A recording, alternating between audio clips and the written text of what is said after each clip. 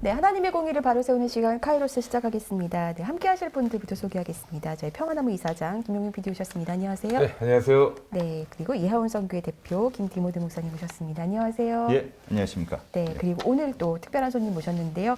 성교육상담센터 숨 여기 대표를 맡고 계시죠. 정희민 목사님 오셨습니다. 안녕하세요. 네, 안녕하세요. 네. 목사님 요즘에 뭐 굉장히 공격이란 공격은 다 받고 계시던데 김용민 이사장에 대한 공격이 줄었습니다. 목사님 받고 계시던데. 저한테 토스돼서 온 것 같아요. 네. 잘 네. 지내고 있습니다. 네. 사실 오늘 이렇게 또 출연을 하신 이유가 있습니다. 네.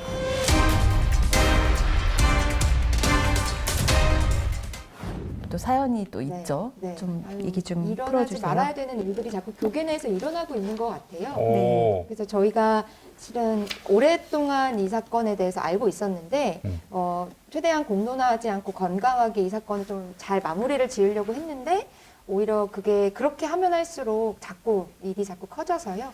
그래서 오늘도 좀 안타까운 사건을 가지고 여기 나오게 됐습니다. 네. 아이고. 어떤 사건인지 이제 하나하나 좀 들어볼 텐데요. 네네. 정혜민 목사님은 참그 쾌활하시고 네. 또 항상 긍정의 바이러스를 막 이렇게 내뿜으시는데 바이러스란 말이 좀 좋습니다. 적절한가요? 좋습니다. 해피 바이러스. 근데 참 다루시는 사건들 보면은 네. 너무나 참 억척스러운 사건들이 많이 있어요. 그러니까요. 네. 그래요. 오늘 어떤 이야기를 갖고 오셨나 네. 싶어서. 대전에 있는 베이스 교회라는 베이스, 이름부터 이름이 베이스 네, 교회예요? 거기도 청년이 많은 교회더라고요. 네, 보니까. 청년이 굉장히 많고 굉장히 부흥하고 있는 교회입니다. 그래서 대전에서는 굉장히 다음 세대, 그러니까 청년들 사역으로 주목받고 있는 교회입니다. 거기 교회 안에서 지금 일어난 사건에 대해서 제가 오늘 얘기를 하려고요. 네.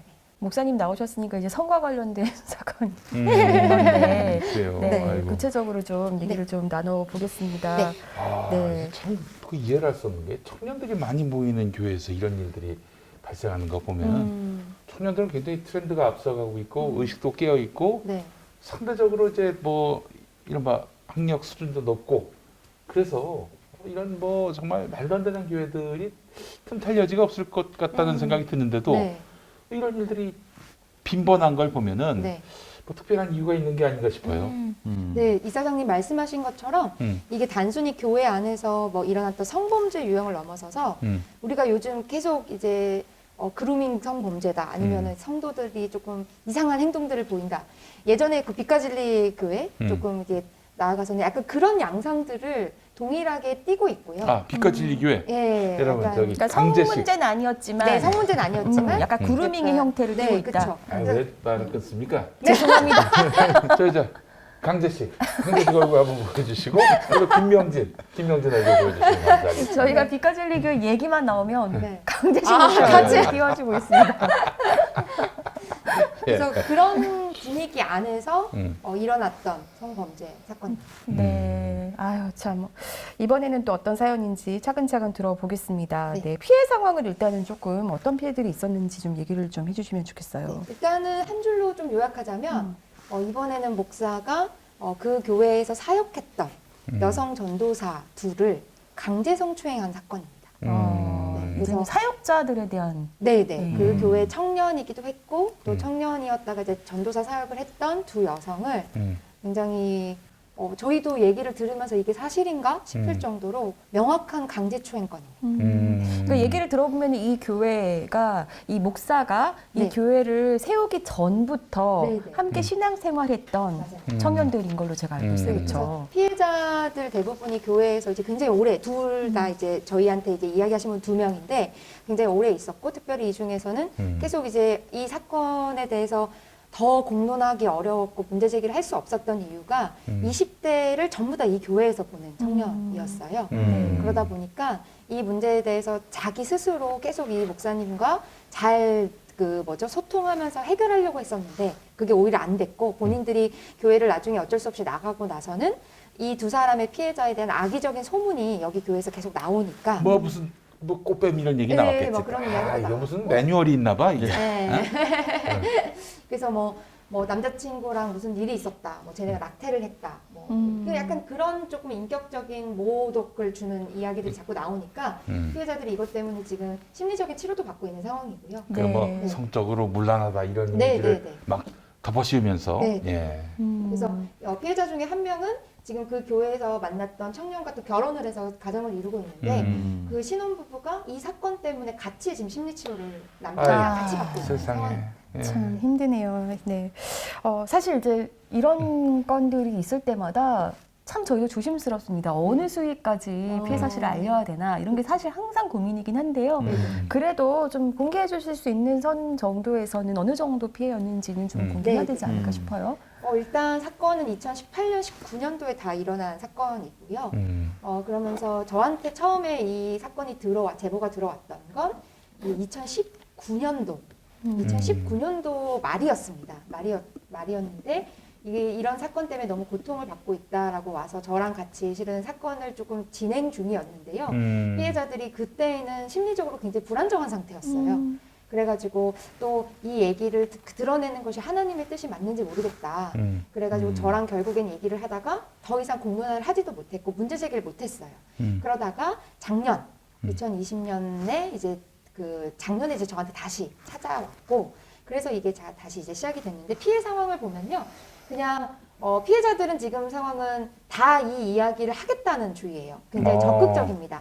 그래서 다른 성범죄랑 좀 다른 게 왜냐면 이 사건을 진행하다가 저희가 피해자 이 2명만 있는 것이 아니라는 사실을 저희가 또 밝혀지게 됐거든요. 그 그래서 인천의 그 교회처럼. 네네네. 그래서 그러면서 이 피해자분들이 본인들이 목소리를 내야지 또 다른 피해자들이 생기지 않는다라는 확신을 가지게 됐고 그래서 지금 이 피해자분들은 다시 힘을 내서 본인들의 목소리를 적극적으로 높이고 있는데요. 그냥 말 그대로 아까 제가 강제 성추행이라고 말씀을 드렸는데 그냥 목회자와 그 목사와 상담하는 그 교회 안에서 교회 그 목양실 안에서 갑자기 목사가 상담하다가 그 어떤 이런 뭐죠? 전에 어떤 이런 단계 없이 준비 없이 갑자기 여성들의 신체를 만지는. 그래서 그때 아니 갑자기 기도하자 해놓고 네네네. 손을 잡는다든지 이런 거 없이 그냥 바로. 네, 그냥 갑자기 그렇게 했고 그 부분에 있어서 피해자들이 왜 이러시냐고 손을 뿌리쳤는데 그때 이제 제가 이게 놀라웠던 게 뭐냐면 그때 이제 보통 가해자들은 미안하다 이렇게 얘기가 그래야지. 나왔어야 되는데 갑자기 오히려 화를 낸 거죠.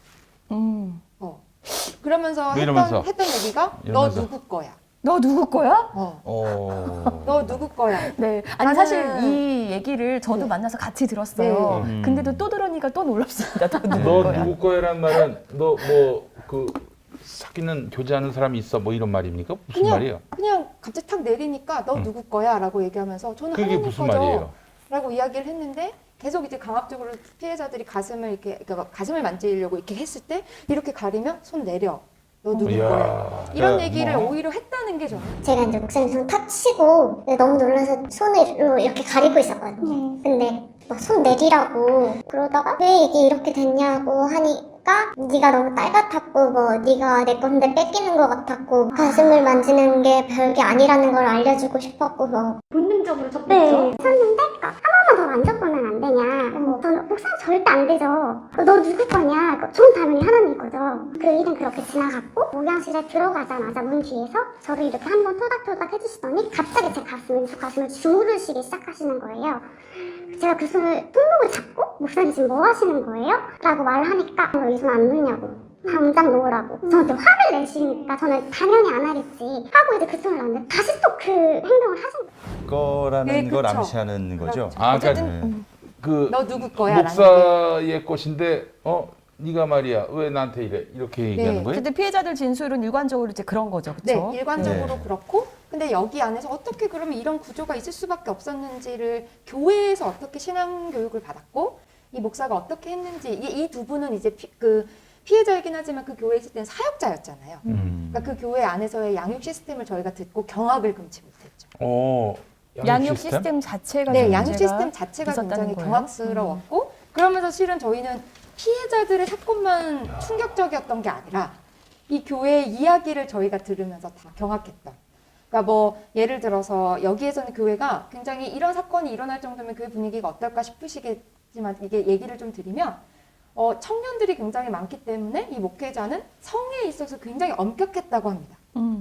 그래서 이 피해자 중에 한 분은 그 교회에서 그 새신자를 담당하는 분이셨는데 그 교회에서 내규상 뭐가 이제 작성하라고 목사가 얘기를 했냐면 데이트 보고서를 작성하라고 했어요.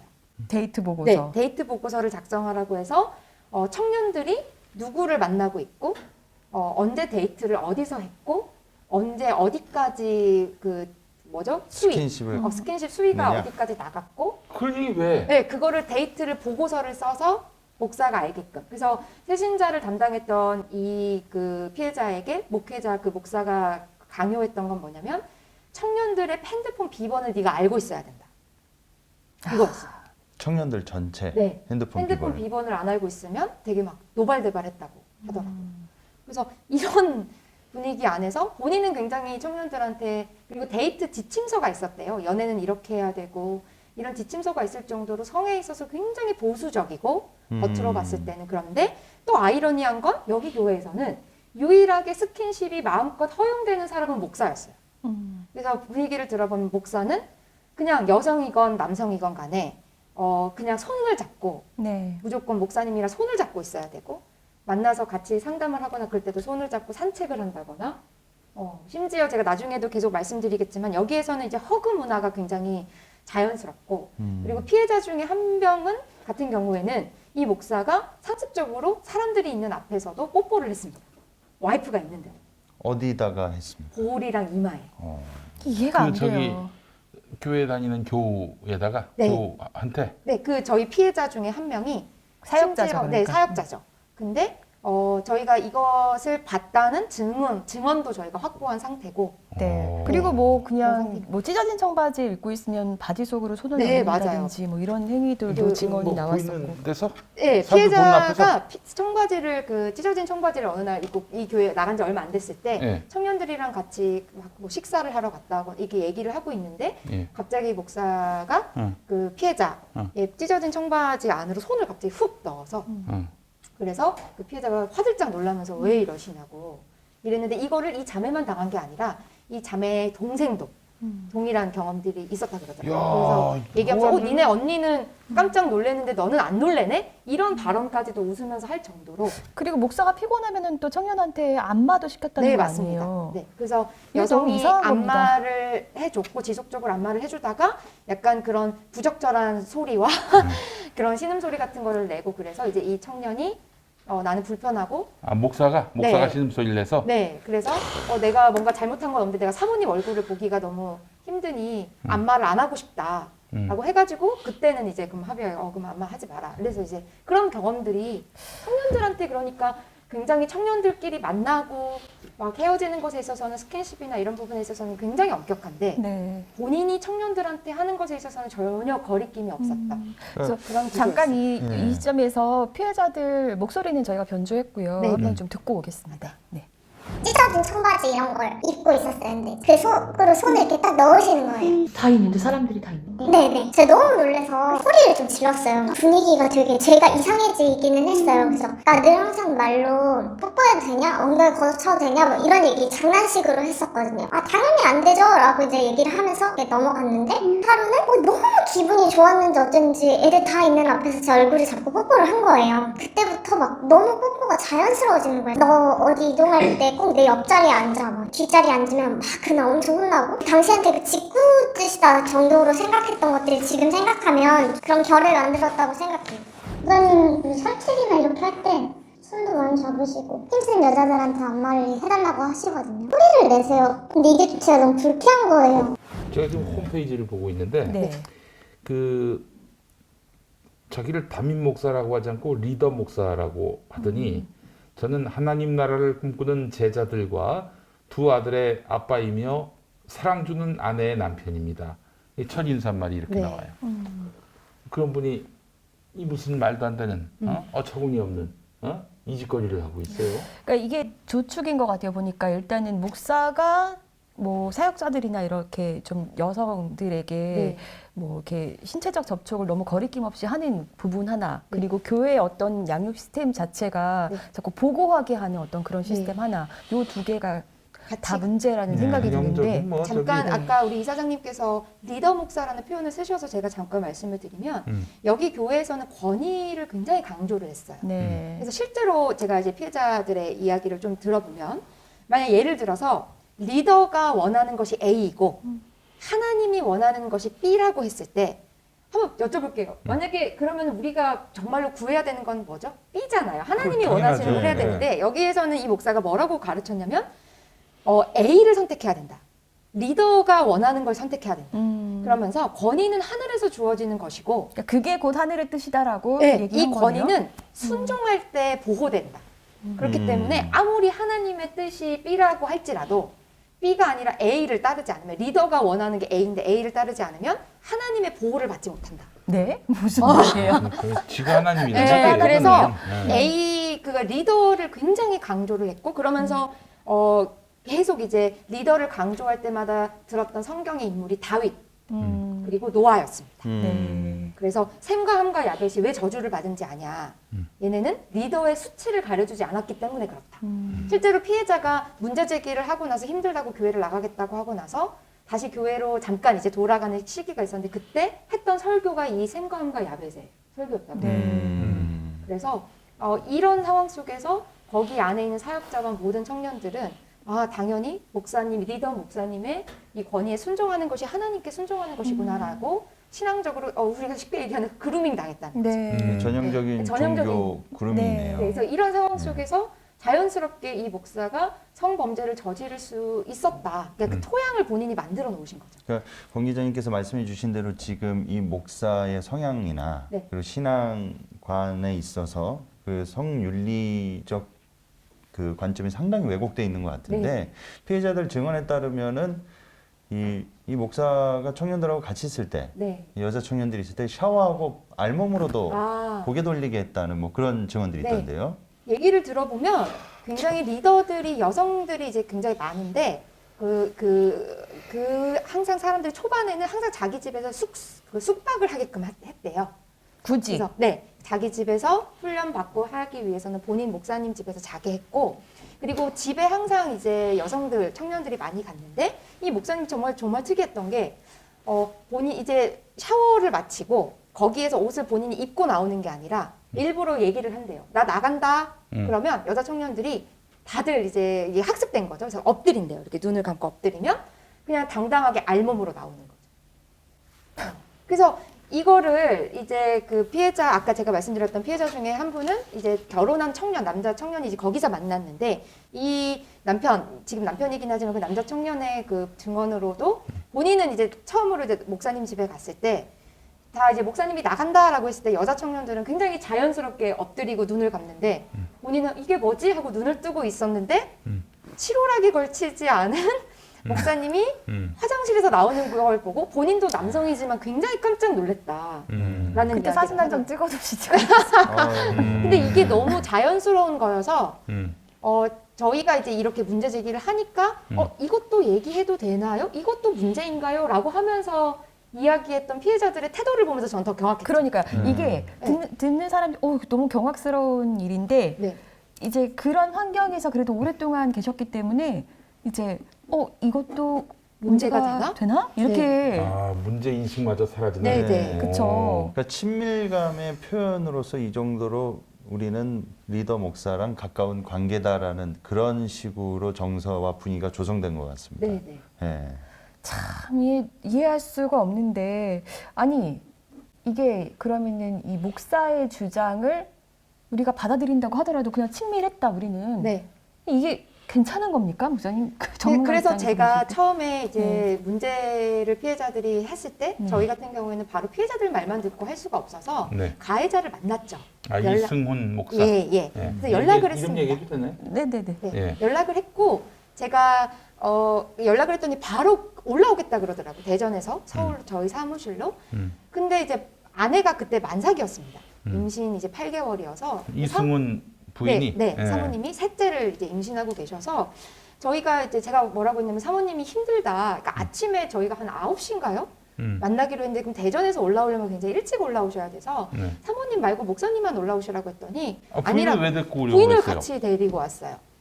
그래서 부인이랑 와서 저희 사무실에 와서 저랑 이제 한참 한 2시간 정도를 이제 대화를 했는데 제가 놀랐던 건 뭐였냐면 이 목사님이 계속 이제 주장하는 게 있어요. 뭐냐면 이건 성 문제가 아닙니다. 성 문제는 없었습니다.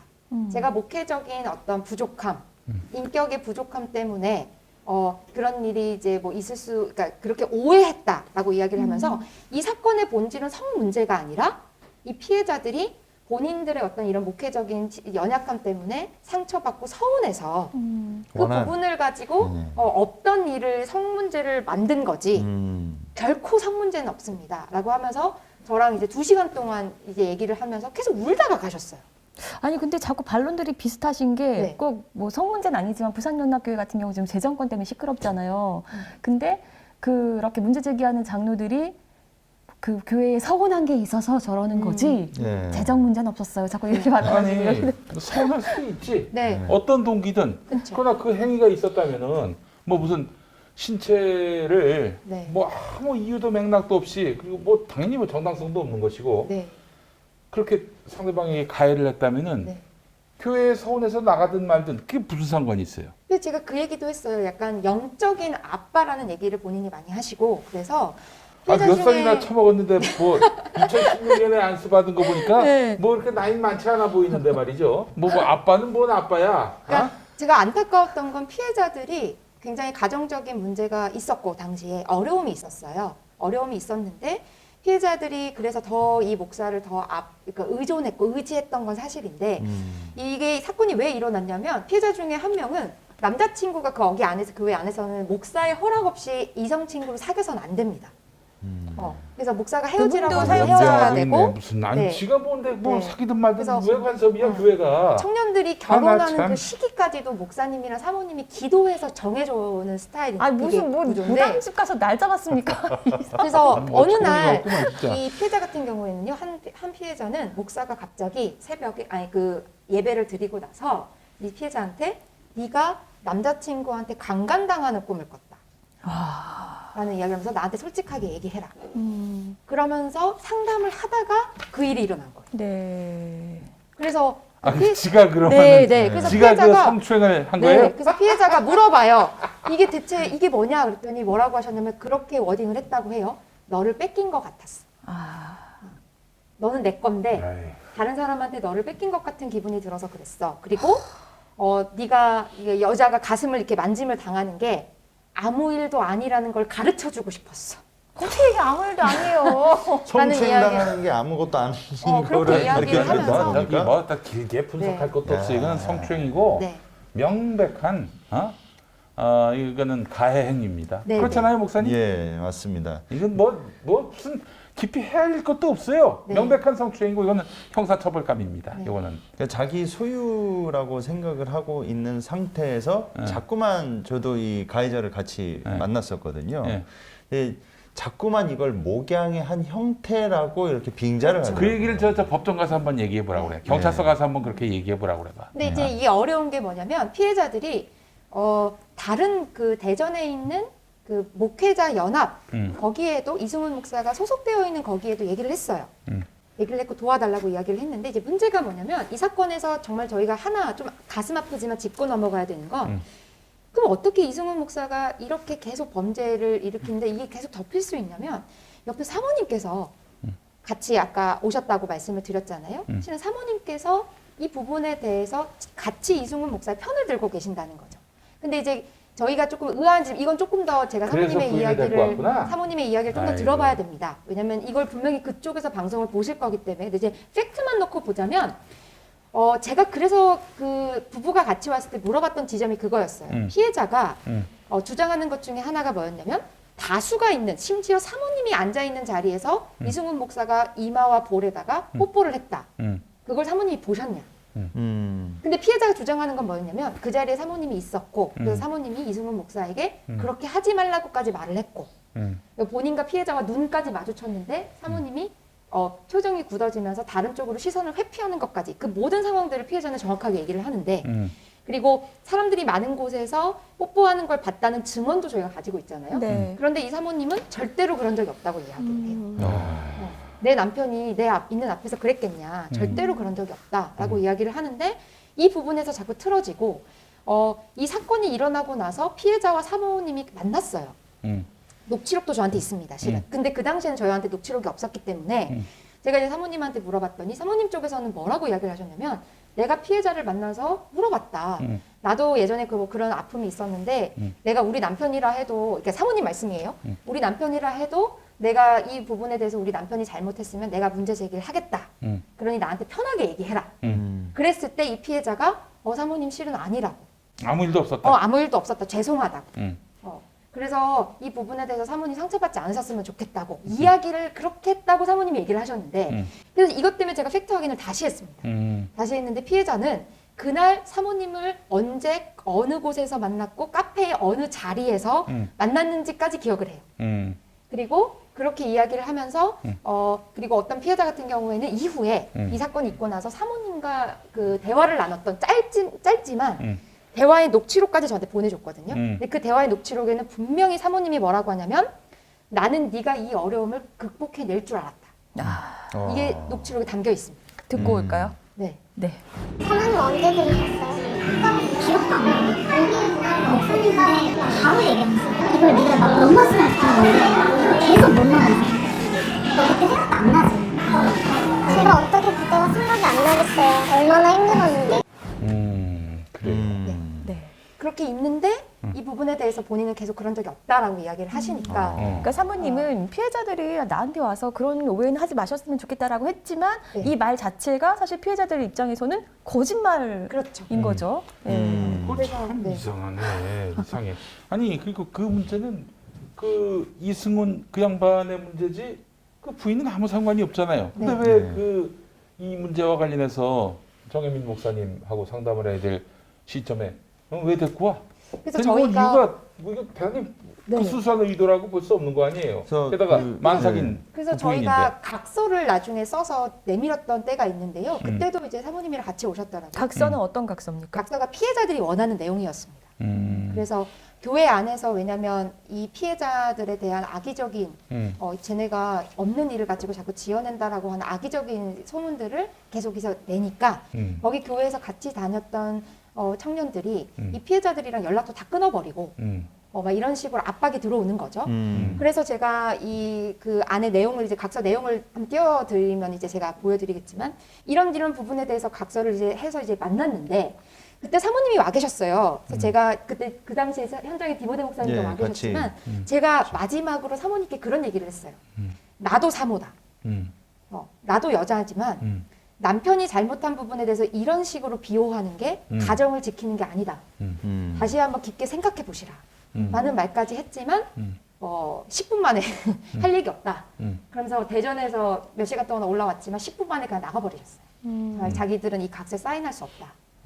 하고 나고 법대로 하자. 법대로. 네, 그러고 나서 나중에 들려왔던 이야기가 뭐였냐면 피해자들이 저희한테 들려왔던 이야기 일부러 이제 퍼뜨리는 거죠.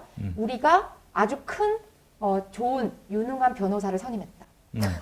근데 이것도 실은 사실인지 아닌지 모르겠습니다.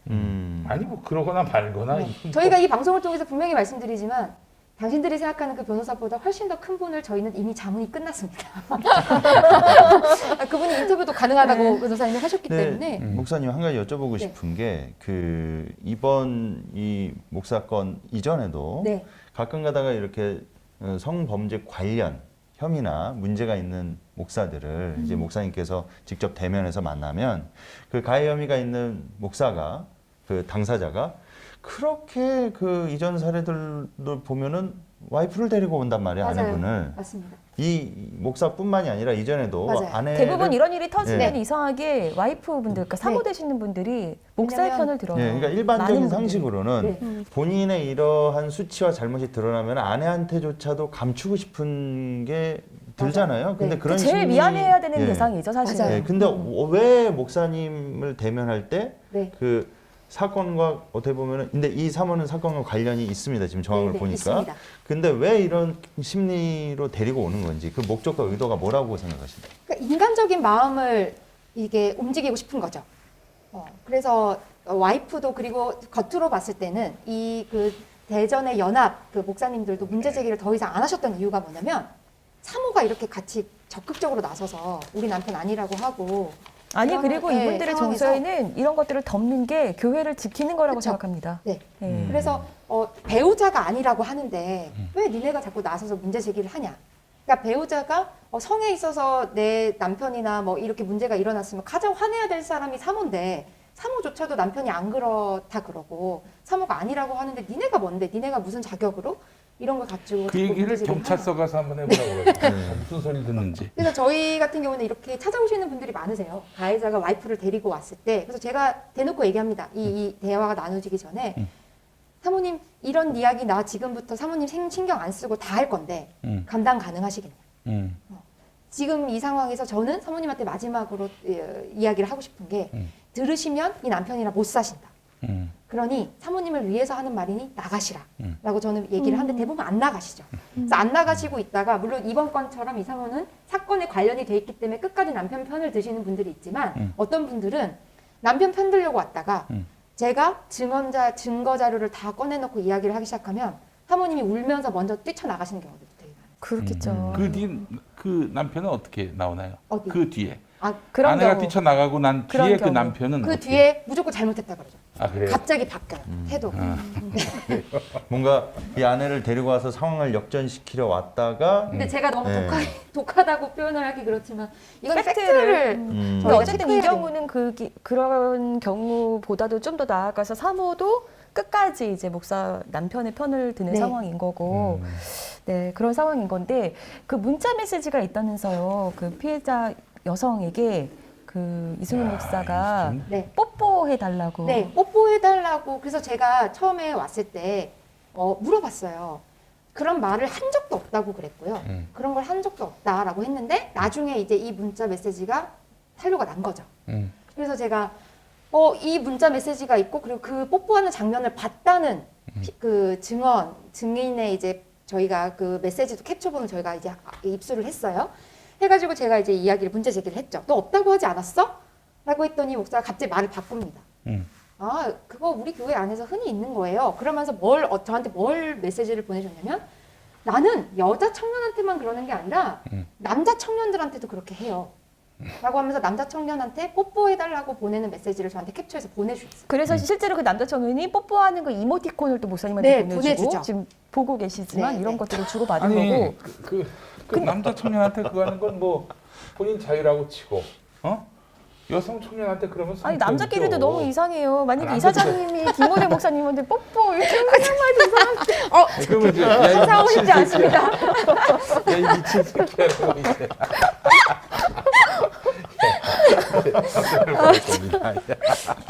네. 예. 소름이 좀. 네. 지금 빨개지셨어요. 되게 이상한 거니까 이분은 이런 게 모르겠어요. 정말 친밀감이라고 생각하시는 걸까요, 이분은? 이런 게? 제가 봤을 때는 저는 그냥 자기만의 왕국인 것 같아요. 이게 인천 세소만건과 굉장히 상당 부분 많이 맞아요. 닮아 있습니다. 네. 그러니까 네. 뭐 제가 나온 한신에서는 뭐 그런 걸 가르쳐 주질 않아 가지고 뭐 그런 설마 그런 게 있을까 싶은데 교인들은 일단 잡아야 된다. 네. 완전히 노예로 만들어야 된다. 그래야 목표가 편하다. 그래야 부흥성장 가능하다. 의 이걸 가르치는 학교가 있나 봐요. 네. 그렇지 않고서야 어떻게 이게 거의 보편적인 현상으로 나타나고 있지 않습니까? 그리고 심지어 여기 방송에 많이 나왔던 바른미디어 조미든 목사님도 예. 그 가해자와 친구를 맺었었어요. 진짜? 이유가 왜냐면 있어요. 저희가 이 피해자들한테 이런 얘기를 많이 들었던 게 피해자들이 이상하잖아요. 문제 제기를 하고 싶잖아요. 예. 근데 문제 제기를 할 수가 없었던 이유가 뭐냐면 예. 학교의 그 교단의 교수님들이 자문위원으로 있어요. 그리고 본인들의 이단성에 대해서 혹시라도 문제 제기가 올까봐 바른미디어 조미든 목사님을 그 교회를 초청을 해서 이 교회가 이단성이 없음을 조미든 목사님을 통해서 이렇게 검증하는. 아니 사실 그러니까 어떤- 우리가 이런 목사도 부를 정도로 우리 교회 네. 건강한 거를 이제 내고 싶고 그래서 본의 아니게 자꾸 말 조미든 끊네요. 목사님도 피해자들을 만나셨고요. 음. 만났고 음. 조미든 목사님이 이승훈 목사와 직접 통화를 했습니다. 이렇게 하지 말아라. 이렇게 하면 문제가 더 커진다. 잘못한 거 있으면 문제에 대해서 사과해라. 자숙해라. 라고 이야기했지만 전혀 그런 거 없다. 오히려 저한테 뭐라고 했냐면 저를 찾아왔을 때 조 목사한테 가서 서운하다고 전해라고. 어떻게 친구인데 나한테 이럴 수가 있는지 서운하다라고 전하라고까지 이야기를 그러니까 했대요. 계획적인 접근이었다. 약간 이렇게 생각이 약간 좀 드는 그렇게 거네요. 볼 수 있을 것 같아요. 그리고 네. 이야기를 듣자면 그 교수님들이 여기 와가 그 교회에 가서 설교를 할 때 신사도 관련된 책들을 다 치웠다고 하는 증언도 있습니다. 그래요? 제보도 있습니다. 그래놓고는 주미등 목사 불러가지고 이단 거냐고 이런. 그래요. 그 저기 자문위원이네. 지도 교수가 아니라 네네. 김광수 교수. 이거 보면서 느끼는 건데 사실 그 어느 교회가 자기 교회에 자문위원 이런 걸 홈페이지에 올리나요? 이 전도사가 담임 교역자인 벙커원 교회도 그런 건 없습니다. 예. 다만 이제 여기 이제 조직 교회는 아직 안 된 상황이기 때문에 그래서 임시 당회장이 계시긴 한데 자문위원이 왜 있어요? 아니 본인이 그 정통교단에서 그 교단신학교에서 공부해가지고 목사 안수 받았다는 거 아닙니까? 이거 보니까 우리는 정통교단이라고 이렇게 네. 또 강조를 합니다. 이 홈페이지가 보면은 그러면서 자문위원 해가지고 지금 침신 교수들 이름을 쫙 적어놨단 말이에요. 이거 보면은 뭔가 캥기는 게 있어서 자신의 어떤 그런 뭔가 그 정통적인 어떤 신앙과는 배치되는 무언가가 있는데 이런 것들을 좀 감추기 위한 목적으로 자기가 정통교단 소속이다, 정통교단 신학교 나왔다, 여기 우리 교수님들이 자문위원 아니냐 이런 식으로 이렇게 분칠한 것은 아닌지 하는 생각이 듭니다. 그러니까 뭔가 캥기는 게 있는 사람들은 그런 주변의 어떤 배경들을 자꾸만 설명하잖아요. 김명진 목사가 예를 들어서 난 CBS 출연했던 사람이고 그렇지. 난 뭐 네. 여기 강의도 헬라어 강의도 히브리어 강의인가요? 히브리어 강의도 했었고 뭐 이런 거 선전하고 변승호 씨가 이제 한기총에 가입했을 때 우리는 한기총 소속 교회입니다. 이런 거 이런 거 비슷한 것 같아요. 네. 저는 좀 이게 큰일 날 뻔했고 지금이라도 밝혀서 좀 천만다행이라고 여겨지는 지점이요. 이 한국 교회의 청년들하고 이 다음 세대 연령들이 상당히 지금 지지부진한 상태입니다. 그럴 수밖에 없는 한국 교회 상황이고요. 그래서 청년 사역을 하는 소위 그 40대 이 젊은 목회자가 조금이라도 이런 식으로 이 베이스 교회처럼 이런 모델이 있으면은 순식간에 주목을 받고 센세이션을 일으킬 만한 그런 이 사람들한테 관심의 대상이 될 수가 있어요. 워낙 요즘 이 목사의 연령대 목회자를 중심으로 모이는 청년 교회가 찾아보기 상당히 드물거든요. 그래서 자칫하면 정말로 또 빛가진리 교회처럼 그런 식으로 갈 뻔하는 과정 중에 있는 그러니까 더 그런 하나의 이게 모델이 그냥 아니었나. 방치되면은 더 심해질 확률이 이게 상당히 있는 거죠. 그게 농후해 보이는 네. 교회였다는 저 것이죠. 같은 경우에도 네. 이번에 피해자들이 이 사건을 공론하겠다고 마음을 먹게 된 계기가 뭐냐면 나만 피해자가 아니구나 라는 것을 깨닫게 됐다는 거죠. 근데 그러니까 저희도 그거는 이걸 또 하다가 이승훈 목사와 친구였던, 그런데 이전에 이것과 전혀 다른 사건의 피해자를 도와줬던 그 목사님이 목사님과 저희가 계속 전화를 어제도 했어요. 근데 이 목사님께서 지금은 이제 저희가 보통 이런 사건을 공론할 때는 철저히 피해자 위치에서 이제 해야 되기 때문에 그 사건은 이제 피해자가 원하지 않아서 저희가 그 사건 자체에 대해서는 저희도 실은 모릅니다. 하지만 명확한 건 예전에 그 사건이 있어서 이승훈 목사님의 친구였던 그 목사님께서 이승훈 목사와 이 문제를 가지고 이야기를 되게 심각하게 하셨대요. 했고 문제 제기를 했는데 지금 이 사건보다 훨씬 더 심하다고 해요. 거기까지만 이야기를 지금 하셨거든요. 피해자 두 분 네, 외에 그 전에 있었던 그 또 완전 다른 전에요. 사건. 또 다른 피해자인데 이 피해자 건은 지금 이 사건과는 상상할 수 없을 정도로 더 크다고 합니다. 이거 가지고 몇 년 전에 이야기를 했을 때 이 지금 그 저희한테 이런 제보를 해주신 목사님이 굉장히 안타까워하시는 게 뭐냐면 그때 이 가해자 목사에게 이야기했을 때 이 가해자 목사가 눈물을 흘리면서 회개하겠다, 자숙하겠다라고 이야기를 해서 그럴 사람이라고 생각해서 그리고 피해자도 본인이 드러나는 걸 원하지 않았기 때문에 이 부분에 대해서 그렇게 할 줄 알고 넘어가셨대요. 근데 이번에 또 다른 피해자가 생겼다는 걸 알게 되고 나니까 이거는 다음번에 이걸 덮으면 다음에 또 다른 피해자가 또 생기겠구나. 그래서 저희 피해자들도 이번에 제보한 2명의 피해자도 이것에 대해서 좀 듣고 나서 우리가 여기서 침묵하는 것이 하나님의 뜻이 아니구나 라는 것에 대한 확신을 가지고 지금 굉장히 공격적으로 이 피해자들도 나서고 있어요. 큰 결단을 하셨네. 네. 예. 그러니까요. 그 피해자 중심주의에서 법리적 해석에 다양한 의견이 있을지 모르겠지만 네. 이제 성범죄나 성추행 관련 이제 친고죄가 아니지 않습니까? 네, 네, 네. 이게 이제 피해자 중심주의라고 해서 뭐 장애 여성이라든지 다양한 상황이 있는 분들이 법리적 해석에 따라 좀 견해가 다를 수 있지만 이게 가해자의 지인들이나 이걸 사실 알게 된 사람들이 그 사람의 어떤 뉘우침 그리고 이제 회개하겠다는 그런 말만 듣고 섣불리 물론 네. 이제 그분이 그랬다는 건 아니지만요. 네, 잘못 판단하면은 그 악어 있는 물에 속아서 네. 예, 간혹가다 이제 가해자들이 또 그런 재발을 할 수 있는 그런 여지가 있지 않습니까? 네. 그래서 이게 그냥 단순히 합의로만 넘어갈 사안이 아니고 네. 반드시 법적으로 가서 엄벌에 처해야 네. 재발을 방지할 수 있다. 맞습니다. 이제 그런 측면이 있는 것 같습니다. 네. 예.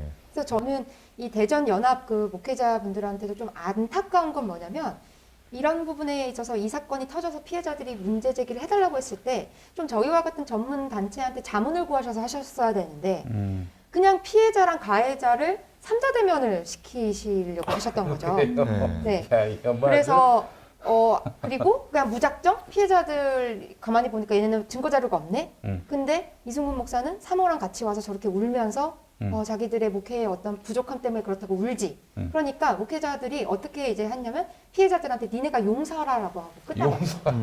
네, 니네가 이걸 용서하고 덮자. 그래서 제가 그 담당 목회자님 한 분과 전화했을 때 그 목사님이 자꾸 저한테 하셨던 말씀은 이 사건의 본질에 이승훈 목사와 똑같은 말씀을 하셨어요. 이 사건의 본질은 성 문제가 아니라 이승훈 목사의 목회적인 어떤 연약함 때문에 생긴 서운함의 교회 안에서의 문제다. 라고 이야기를 하셨죠. 네, 물론 그분도 모르시기 때문에 그렇게 이야기는 하셨겠지만 전 이 지점이 조금 안타깝습니다. 그러니까 목사님들 중에 그런 분이 좀 너무 많으세요. 너무 많죠. 왜냐하면 이게 제 개인적으로 이 문제가 도대체 뭘까 생각해 보면 뭐 다 그러신 건 아니지만 기성세대 목사님들이 젠더에 대한 문제 그리고 여성 인권이나 이런 다양한 이 감수성들이 필요한 문제들에 있어서 초, 중, 고 학교 때 어떤 그 가정에서나 공교육에서도 이 인권 문제에 대해서 교육을 받거나 제공받을 수 있는 환경이 아니셨어요. 그러다 보니까 이게 자기가 스스로 뭔가 각성하거나 자발적으로 공부하지 않는 이상 이거에 대한 그 감수성이 너무 없으시거든요. 그러다 보니까 반복적으로 교회 안에서 항상 문제되는 게 뭐냐면 특히 목회자들은 세상 법정 가는 걸 극도로 꺼려합니다. 그렇죠. 이제 바울 선생님께서 이제 성경에 너희가 왜 굳이 세상 법정까지 갈 정도로 해결을 못하느냐라는 구절을 와전시키고 왜곡되이 좀 인지를 하셔가지고 세상 법정 갈 놈들을 세상 법정 가지 않아도 되는 사람들로 오판을 해가지고 그 죄를 덮어주려고 하고요. 그 정말 잘못하는 게 꼭 이런 성범죄가 발생하면 피해자랑 가해자를요 삼자 대면을 시키려고 맞아요. 하세요. 맞아요. 그러니까 범죄자 아닙니까 네. 그거는. 예. 그러니까 그거에 대한 인식이 거의 없으시더라고요. 저를 좀 제가 지금까지 본 분들도 한두 분이 아닌데 물론 정 목사님께서도 많이 보셨겠지만 예. 좀 심각한 것 같습니다. 네, 맞습니다. 그러니까요. 참 사실 이승훈 목사와 저도 이제 통화를 하긴 했습니다. 네. 그런데 이제 운전 중이라 답변을 잘 할 수 없다면서 이제 서면으로 부탁하셔서 제가 서면으로 질의를 좀 보내놨고 제가 이런 질문들을 드렸어요. 목사님께서는 교회 여성 사역자들에게 뽀뽀를 해달라고 하고 제가 말하기도 되게 민망하네요. 뭐 실제로 뽀뽀를 하고 또는 가슴을 만진 일이 있으십니까? 여성의 찢어진 청바지 속으로 손을 넣은 적이 있으십니까? 젊은 여성 교인에게 안마를 부탁하고 받은 적이 있으십니까? 사실이라면 그 이유는 무엇입니까? 목사님께서는 이후에 더 깊은 스킨십을 요구하거나 관계한 여성 신도가 있으십니까? 베이스 교회는 목사님과 여성 교인 사이 스킨십이 불필요하게 잦다는 얘기가 들려옵니다. 혹 제보가 사실이라면 그런 스킨십이 교회에서의 공동체 운영 또는 양육에 필요한 일이라고 생각하십니까? 목사님에게 성추행을 당했다고 주장하는 여성들이 악의적이라는 취지의 주장이나 소문을 낸 적이 있으십니까? 혹 있으시다면 그렇게 주장하는 이유는 무엇입니까? 목사님께서 생각하는 목회의 방향, 목사님께서 생각하시는 교회 내 성윤리에 대해 말씀해 주십시오. 목사님께서는 언제 어디서 어떻게 목사 안수를 받으셨는지 관련 증명서를 제출해 주실 수 있으십니까? 라는 질문을 좀 보내놓았고요.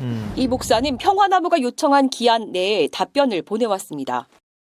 저와 함께 오랜 기간 동안 믿음으로 교회를 개척해온 사역자가 저에 대해 성추행 취지의 주장을 하고 있는 현실이 대단히 마음 아픕니다.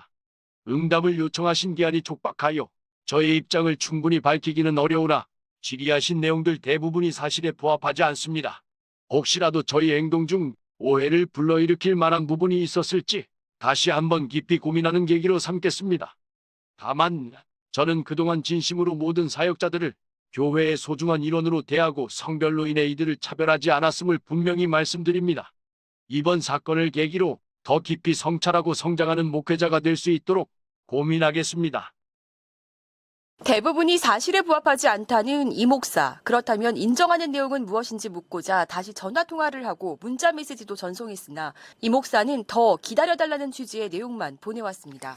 카이로스를 통해서 관련 인터뷰를 하시겠다고 하시면 저희는 얼마든지 네, 또 이 자리를 내어드리겠습니다. 네. 네, 이 얘기를 좀 드리고 싶고요. 아이고 참.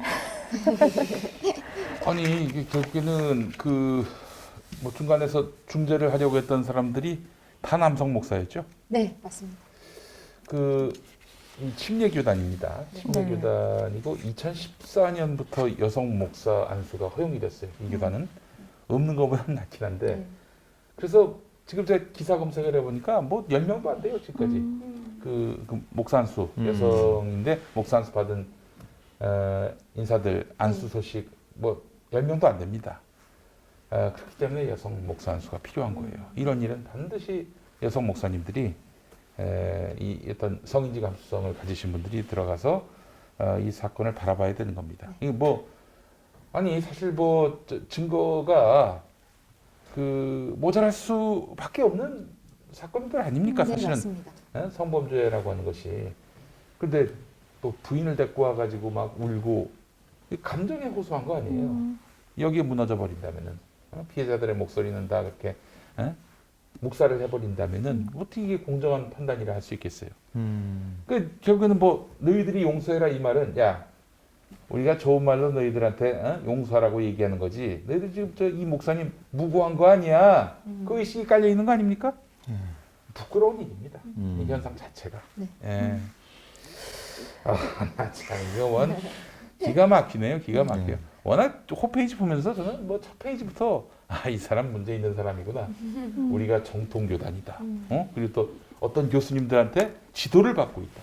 아니 자기가 목사 안수 받아서 목회를 하면은 양심껏 목회하면 되는 거지. 누구의 지도가 왜 필요하며 자기가 소속된 교단이 뭐가 의미가 있어. 아니 소속된 교단이 뭐 예를 들어서 대한예수교장로회 합동 측이라 하더라도 김명진이가 나왔고 그 어디야 저기 김다정이가 나왔고 네. 천병욱이가 나왔고 그런 거 아닙니까? 뭐 교단 때문에 그런 사태가 발생합니까? 그리고 사실은 교회를 운영하는 게요. 그 목사에 의해서 운영되는 건 아니잖아요. 그렇죠. 교인들과 함께 운영하는 거기 네. 때문에 꼭 네. 누구에게 지도를 받는다 이런 거를 굳이 어필할 필요가 없습니다. 함께 교인들과 얼마나 건강한 교회를 우리 교회는 어떤 쪽에 중요한 점을 두고 어떤 교회로 교인들과 함께 만들어가겠다고 결정하고 가는 게 중요한 건데 왜 이렇게 다른 배경을 어필하시는지 모르겠습니다. 홈페이지나 뭐 미디어 콘텐츠 보니까 그런 나름대로 굉장히 네. 현대식입니다. 예. 근데 이제 뭐 설교 목록이나 쭉 보면은 이게 보니까 그냥 자신의 내적 성숙, 내적 치유 여기에만 집중돼 있습니다. 그런 교회 조심하십시오. 그런 교회 조심하십시오. 세상과의 담을 쌓으려고 하는 교회들에게서 그런 사태가 많이 발생합니다. 예. 그렇지 않습니까, 목사님? 네, 맞습니다. 예. 아니 지금 이 사건 말씀해 주신 그 사건들을 접하다 보면은 아니 여긴 도대체 완전히 안드로메다 이야기 아닙니까? 딴 세상. 지금 이 세상은 어떻게 돌아가고 있는데 맞아요. 성인지 감수성이 어떻게 네. 돌아가고 있는데 여기서 무슨 뽀뽀를 해달라는 문자를 보내놓고 이거는 뭐 우리 교회 문화다. 이게 어떻게 허용이 됩니까 이게? 정신이 없는 거죠 한마디로. 그러니까요. 참 이해할 수 없는 일들이 이렇게 교회 내에서 벌어지고 있는데 사실 사회 전체를 놓고 보면 또 여성주의라든지 피해자 중심주의 이런 게 좀 악용되는 게 아닌가 싶은 사례들도 있고 네. 사실 좀 지나치다. 왜냐면 너무 이제 뭐 그냥 아무런 설명 없이 네. 그냥 피해자야라고 하면 그냥 피해자에게 다 쏠려버리는 네. 그러니까 이런 일들도 있잖아요. 네. 그런데 사실 목사님이 일하시는 걸 보면 제가 확실한 기준을 갖고 있다 아이, 이런 생각이 들 목사님은 때가 빈틈없어요. 많거든요. 팩트에 대해서는 뭐 의심할 네. 여지가 없습니다. 예. 네, 그러니까요. 목사님은 어떤 식으로 이제 들어오면 이걸 검증하고 이렇게 하시는지 이런 것도 좀 말씀해 주시면 좋을 것 같아요. 실은 이 사건이 처음 들어왔을 때 증거 자료가 거의 없었어요. 그리고 진술밖에 없었죠, 피해자들의. 그래서 저 같은 경우에는 최대한 뭐 정황상 뭐 피해자들이 울고 그래도 저희 같은 사람들은 우는 것에 있어서 넘어가지 않습니다. 왜냐면 예전에 김다정 사건 같은 경우에도 제 앞에서 2시간을 울다 갔지만 이런 일들이 있었기 때문에 김다정이가? 네네. 그래요? 처음에 만났을 때도 저한테 그렇게 그랬기 정혜인 때문에 목사님 앞에서 다 울어요. 네, 다 웁니다. 그래서 제가 이승훈 목사를 처음에 보자고 했던 건 제가 그렇게 얘기를 했어요. 팩트 확인을 위해서 만나는 거다. 라고 해서 당신을 이제 가해자로 네, 지금 가해자로 보는 단정하는 게 아니다. 네네. 네. 그래서 저희 같은 경우에도 이쪽에서의 이야기도 듣고자 했는데 이쪽에서도 논리적인 비약들이 너무 많았던 거죠. 오히려 피해자들은 굉장히 그 날짜와 날씨와 이런 것 굉장히 진술이 구체적이에요. 그리고 일관성 있고 일관성이 한번 되는 있죠. 게 아니라 여러 번 네네. 되셨잖아요. 그리고 저희 같은 경우는 그렇게 했을 때 이승훈 목사가 찾아와서 울고 했을 때 저는 그 부분에 대해서도 감정적으로 호소하지 말라고까지 말을 했었고 근데 제가 이제 굉장히 막 다그치듯이 이야기를 안 하니까 실은 어떤 에피소드가 있었냐면 제가 처음 그 이승훈 목사 부부를 만났을 때 이 부부가 저한테 뭐라고 이야기를 했냐면 저희는 목사님이 저희를 가해자로 찍어두고 저희를 굉장히 욕하고 막 뭐라고 막 몰아갈 줄 알았는데 우리의 이야기를 들어줘서 감사하다라는 이야기를 했고요. 심지어 나중에는 그날 밤에 저한테는 뭐라고 했냐면 이승훈 목사가 제가 본인 편인 줄 알았나 봐요. 그래서 피해자들이 나눴던 카톡이나 이런 것들을 진술 내용을 자기한테 보내달라고 이야기를 했어요. 그래서 제가 그런 건 없다라고 이야기를 했죠. 그러니까 그 정도로 저희 같은 경우에 센터에 처음 들어왔을 때 일단 처음에는 팩트 확인이 어느 정도 되고 하기까지는 저희도 계속 이쪽 저쪽을 이야기를 나눠보는 게 맞아요. 예단하지 그렇죠. 않고. 네. 예단하지 예. 않고. 근데 그래서 만약에 이렇게 또 가해로 지목된 분들의 얘기가 설득력이 있고 네네. 뭔가 그런 억울한 측면이 있다면 네. 사실 더 진행을 못하는 게 맞는 거죠. 네, 근데 맞습니다. 그게 그래서 아니기 명확하게. 때문에 네. 그래서 근데 이런 건 같은 경우에는 이번 건 같은 경우는 명확하게 이 전에 피해자들이 더 있었어요. 그러니까 피해자 저희는 이거 봤을 때 얼마나 신빙성이 있느냐 진술이 그리고 또 하나 다른 피해자가 있느냐. 근데 이번 건 같은 경우에는 피해자들의 진술이 너무 다 일관됐어요. 네. 그래서 이런 경우가 아니면 저희 같은 경우에는 한 번에 막 단순히 그 피해자 이야기만 듣고 저희가 러시하지 않습니다. 실제로 피해자를 이렇게 만나다 보면 네. 피해를 사칭하는 사람도 있을 수도 있고 네네. 대체적으로 이렇게 성범죄가 발생하면은 기준이라고 우리가 흔히 보는 게 네. 복수의 증언과 맞아요. 그리고 피해자의 네. 일관된 그 피해 사실에 대한 주장, 진술. 네. 이 디테일함, 네. 그게 이제 반복적으로 구체성. 구체성. 네. 그럼에도 불구하고 어떤 증거와 이런 팩트 자료, 증인이 이 성범죄 특성상 구하기가 상당히 어렵지 않습니까? 네. 현실적으로요. 일괄된 이 피해 사실이 주장을 하는데 이 피해자가 한 명이다. 네네. 이랬을 경우에는 좀 어떻게 이렇게 진행을 하시는지 최대한 여쭤보고 싶습니다. 증거 자료를 확보하는 건 당연한 건데요. 저는 그래서 피해자들이 왔을 때 계속 피해자들의 의견을 물어봐요. 네가 왜 이걸 공론하고 싶어? 그리고 가해자에 대한 그 감정에 대해서 계속 질문합니다. 이건 제가 대놓고 질문하는 게 아니라 대화를 계속 그런 식으로 오랫동안 저는 유도를 해요. 그러니까 저희 같은 사람들은 이런 피해자들을 많이 만나다 보면 어떻게 이야기를 해야 되는지 다 전문성을 가지고 계시거든요. 그러니까 저희 센터 같은 경우는 어떤 경우가 있었냐면요. 본인은 이제 제가 이게 그루밍 사건으로 언론에 나가고 그러니까 그루밍 사건이라고 주장하면서 오셨어요. 왔는데 가만히 얘기를 들어보니까 이건 범죄가 아니라 남녀가 사귀다가 헤어진 거였어요. 그런 경우가 있을 수 있죠. 네네. 사귀다가 헤어졌는데 왜 이분이 이렇게까지 이렇게 분노하게 됐는지를 보니까 남성에 대한 서운함이 거기 안에 깔려 있었던 거죠. 그래서 제가 이게 처음에는 막 분노를 가지고 이렇게 하다가 그래서 제가 이분은 당장 이거를 공론화 시켜주길 원했지만 저희는 그렇게 하지 않아요.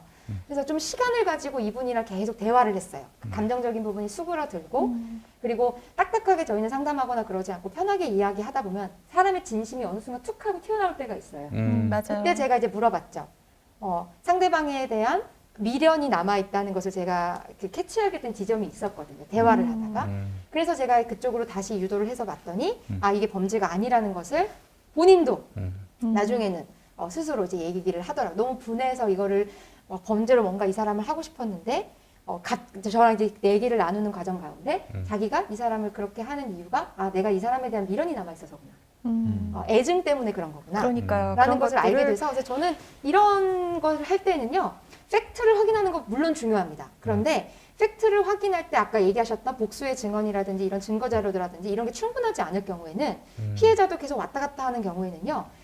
선뜻 섣부르게 이거를 공론화하시면 안 돼요. 그게 피해자를 위한 것도 아닙니다. 그렇기 때문에 이런 경우에는요, 인간적으로 이 상담이라고 하는 것도요, 성범죄를 공론화하는 것도요, 피해자가 정말 피해를 당했으면 그 피해자가 다시금 살게끔 하기 위한 거잖아요. 맞아요. 생명이잖아, 생명. 네.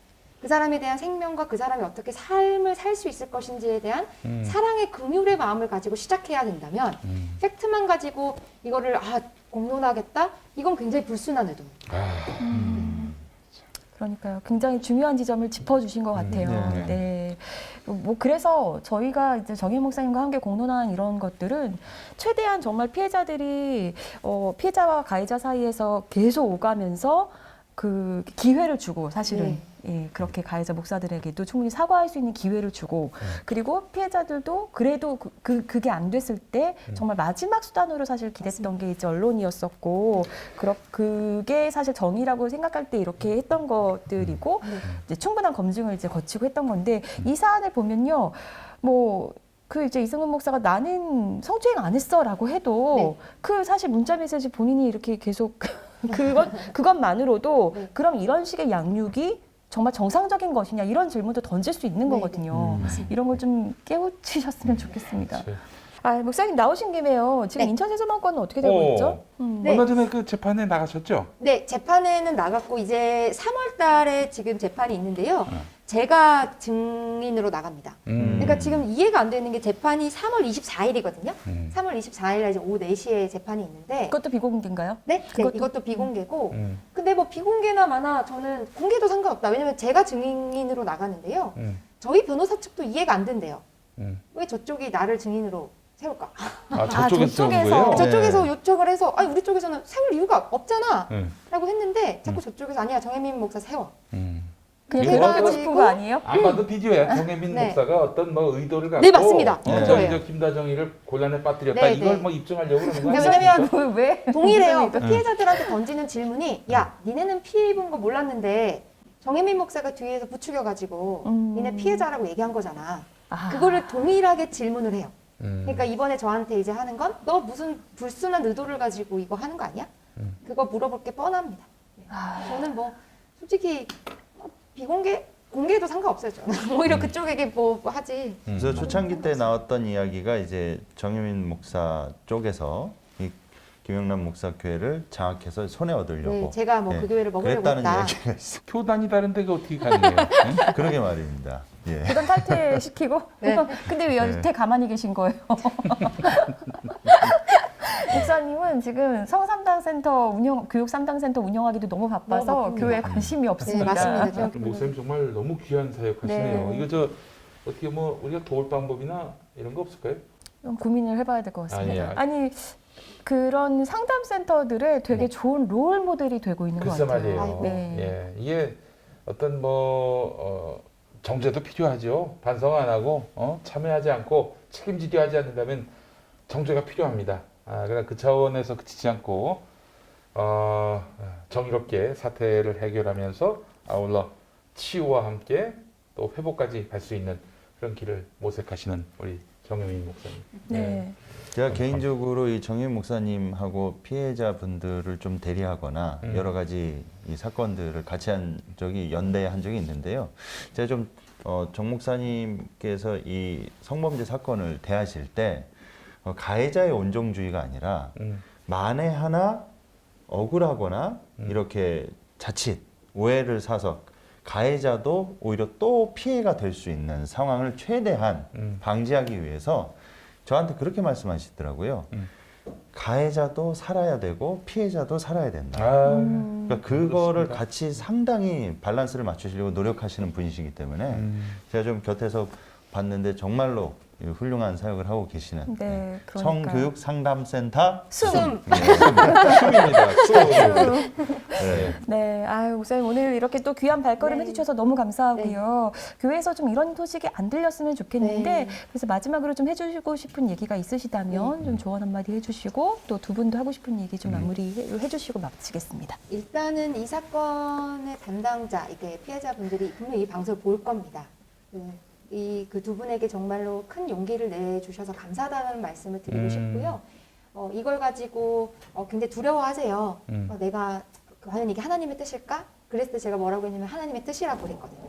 아멘. 네. 네. 그래서 거기에 대해서 흔들림이 없으셨으면 좋겠고 꼭 뭐 이 사건에서 혹시라도 이거 말고도 다른 혹시 피해자들 분들이 계시면 혹시 이 방송을 보시게 된다면 저희한테 뭐 제보나 그런 연락 주셨으면 네, 좋겠고요. 전화번호가 네. 좀 나오고 있습니다. 전화번호가 나오고 있어요. 그래서 예. 저희가 이 방송을 보시는 목회자분들에게 또 드리고 싶은 말씀은 모든 교회가 그렇다는 게 아닙니다.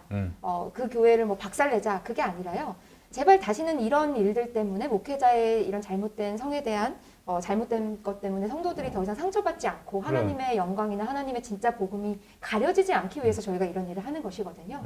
그래서 많은 분들이 이 부분에 대해서 좀 더 깨어 계셨으면 좋겠고 이런 것들을 드러내는 것이 하나님의 나라를 위한 것이다 라는 생각을 가지시고요. 혹시 이런 문제가 생기시면 언제든지 저희 센터나 이 평화나무로도 문의를 주시면 저희가 최선을 다해서 돕도록 하겠습니다. 네, 알겠습니다. 네, 우리 뭐 디모데 목사. 저는 좀 저희 사법부나 그리고 이 법 쪽에 계신 분들한테 좀 말씀드리고 싶습니다. 정가문을 무죄로 풀어주니까 더 날뛰입니다. 자신감을 얻어서요. 그렇지. 예. 저는 오히려 이 법조계에 계신 분들이 종교계 영역이라고 부담스러워하는 게 아니라 종교계 영역이기 때문에 더 높은 도덕적, 윤리적 수준을 요구하고 더 엄벌을 가해야 되고 더 철저해야 된다. 그런 인식으로 이제는 사건을 바라봐야 되지 않을까 그러니까 싶습니다. 종교가 사회에 미친 영향이 너무 크잖아요. 예. 네. 코로나 시국을 지나면서 모든 사람들이 공통적으로 느꼈던 게 뭔가요? 특히 종교의 영역 중에 개신교 영역에서 너무나 이 비협조적이고 말도 안 되고 몰상식한 일들이 일어났음에도 불구하고 솜방망이 처벌이 나거나 일체 어떠한 엄벌이 가해지지 않았습니다. 그럼 그 사람들이 이러한 결과를 통해서 더욱더 자신감을 얻거든요. 이렇게까지 했는데 봐라 무죄 나오지 않았냐. 이렇게까지 했는데 봐라 뭐 바뀐 게 있냐. 처벌받은 게 없다. 그래서 자신감을 얻지 않도록 특히 이 목회자의 이러한 문제들, 비위행위들, 것들이 공론화되면 저는 솔직히 교단에서 이제 더 이상 뭐 기대할 수가 없고요, 사실상. 똑같은 레파토리, 똑같은 내용, 똑같은 상황으로 수십 번째 반복되고 있음에도 불구하고 교단 자체적으로는 어떠한 처리나 처벌이나 이게 징계도 이루어지지 못하는 상황에 이거를 갖고 법으로 가도 어떠한 커다란 이런 엄벌이 내려지지 않으니까 무한 반복되고 있습니다. 그래서 좀 뭐 평화나무의 역할이기도 하겠죠.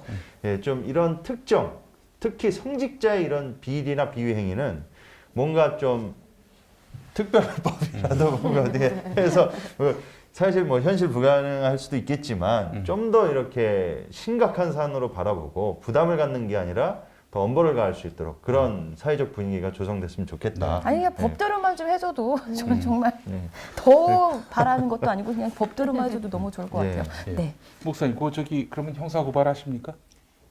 저희는 일단은 변호사님을 이미 다 만난 상태고요. 이후에 아마 제가 봤을 때 이 방송 나가면서 저쪽에서 저희를 고소한다고 저도 이제 그 얘기 들었거든요. 법대로 하겠다 자기들도. 그리고 그쪽에서 변호사를 선임했다라고 이야기를 했고. 그건 제 네, 사실은 저희는 뭐 우리 보고 닥쳐라 이런 의미인 것 같고 네네네. 피해자들께서 나서서 네. 고소를 하신다면 어떨까 하는 생각이 네, 들고요. 네. 굉장히 감사하게도 정말 좋은 로펌의 변호사님이 정말 좋은 마인드를 가지고 그 변호사님을 저희가 알게 돼가지고요. 그 변호사님께서 오늘도 제가 방송 나간다고 하니까 되게 응원하시더라고요. 네. 좋은 로펌이라고 한 거 보니까 로고스나 취향은 아닐 것 아유 저희도 나중에 한번 로고스에 한번 이래. 그럼 한마디만 하겠습니다. 이수근 씨, 경찰 조사 받을 때 부인 데리고 가지 마시기 바랍니다. 이상입니다. 아, 네. 다시 한번 목사님 나와주셔서 감사하고요. 감사합니다. 저희는 좀 좋은 소식으로 뵙고 싶습니다. 네, 저도요. 알겠습니다. 네, 저희는 다음 주에 다시 뵙겠습니다. 감사합니다.